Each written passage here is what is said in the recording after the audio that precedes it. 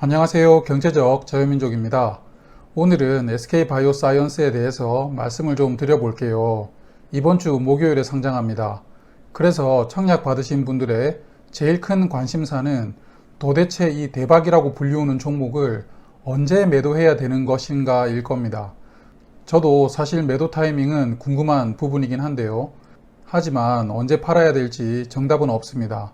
그래도 매도 타이밍에 대해서는 거래량이 시그널을 준다고 생각하거든요.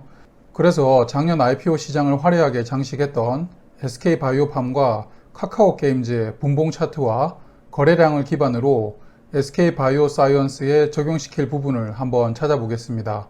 그럼 시작할게요.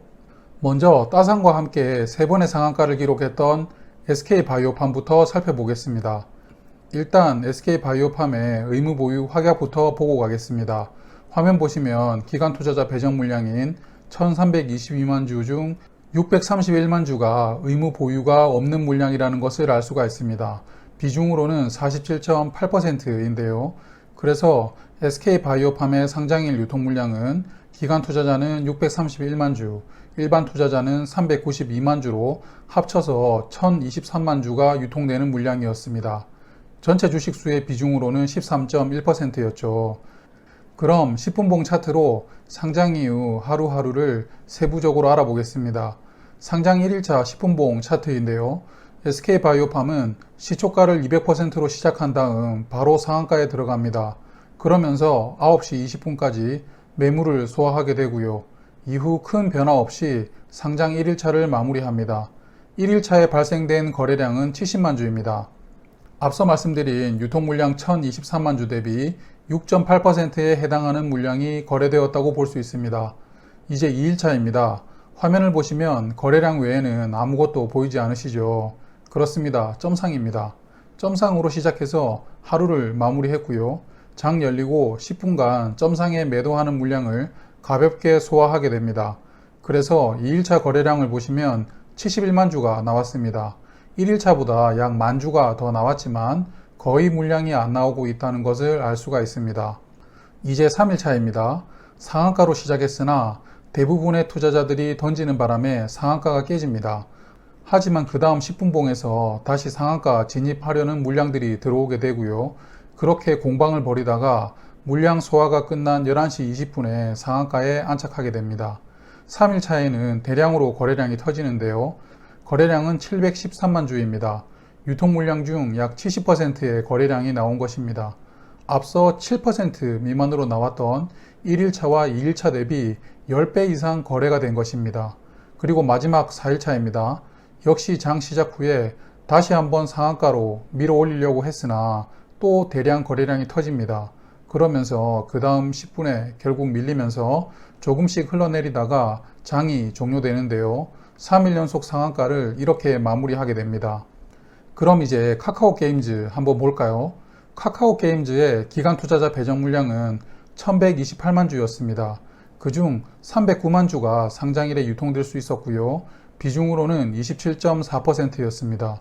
그래서 카카오게임즈의 상장일 유통 물량은 기존 주주가 872만 주로서 11.9%였고요.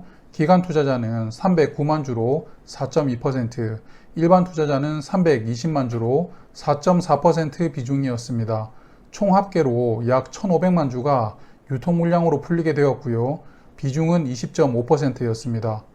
그럼 카카오게임즈도 상장 후 10분봉 차트로 하루하루를 되새겨 보겠습니다. 상장 첫날에는 시초가가 200%로 출발해서 시작과 동시에 상한가에 진입합니다. 그리고 상한가 안착 후에 20분까지 물량을 약간 소화하고 하루를 마무리했습니다. 이거 바이오팜하고 첫날이 똑같습니다. 1일차 거래량은 56만 주였는데요. 고작 유통 물량 중 3.7%만 거래가 된 것이었습니다. 다들 따상은 예상을 한 것으로 보입니다. 그리고 화면을 보시면 2일차 10분봉 차트입니다. 점상이죠. SK바이오팜의 2일차 패턴과 똑같습니다. 9시 20분까지 상한가 매물을 좀 소화하고 역시 2일차 장을 종료했는데요. SK바이오팜과는 다르게 카카오게임즈는 2일차에 거래량이 많이 나옵니다. 501만 주 나오는데요. 유통 물량의 33.4% 비중의 거래량입니다. 그리고 3일차를 보시면 시초가를 갭으로 띄운 다음에 다시 한번 상한가를 시도합니다만 결국 바로 밀리면서 이렇게 연속 상한가는 종료하게 됩니다. 마찬가지로 장 시작과 동시에 거래량이 또 한번 대량으로 터지면서 수급의 힘이 소멸되게 된 것이죠. 그래서 두 종목의 거래량을 다시 한번 정리해 보면 결국 마지막 상한가 날에 거래량이 크게 터진다는 것을 알 수 있습니다. 그러므로 서두에 언급드린 것처럼 결국 매도 타이밍은 거래량을 기반으로 고려하는 것이 좋다고 말씀드린 겁니다. 그럼 SK바이오사이언스 최종 결과 보실까요? 기관 수요 예측에서 약 60%의 의무 보유 확약 비율이 나왔으나 실제 배정은 85.3%를 배정하게 되었습니다. 앞서 보신 두 종목을 상회하는 의무 보유 확약 비율이라고 볼 수 있는데요. 그래서 기관 투자자는 186만 주만 상장일 매도 가능한 물량으로 활용할 수 있게 되었습니다. 그래서 SK바이오사이언스의 상장일 유통 물량을 보시면 기존 주주는 39만 주로 비중은 0.5%이고요. 기관 투자자는 186만 주로 비중은 2.4%입니다.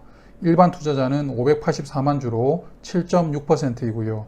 합계가 809만 주로서 유통 가능 물량 비중은 고작 10.6%입니다. 제가 지난 SK바이오사이언스 청약 결과 영상 마지막 부분에서 대동단결해서 상한가를 밀어붙여야 된다고 말씀을 드렸는데 이제 왜 그런 말씀을 드렸는지 아시겠죠?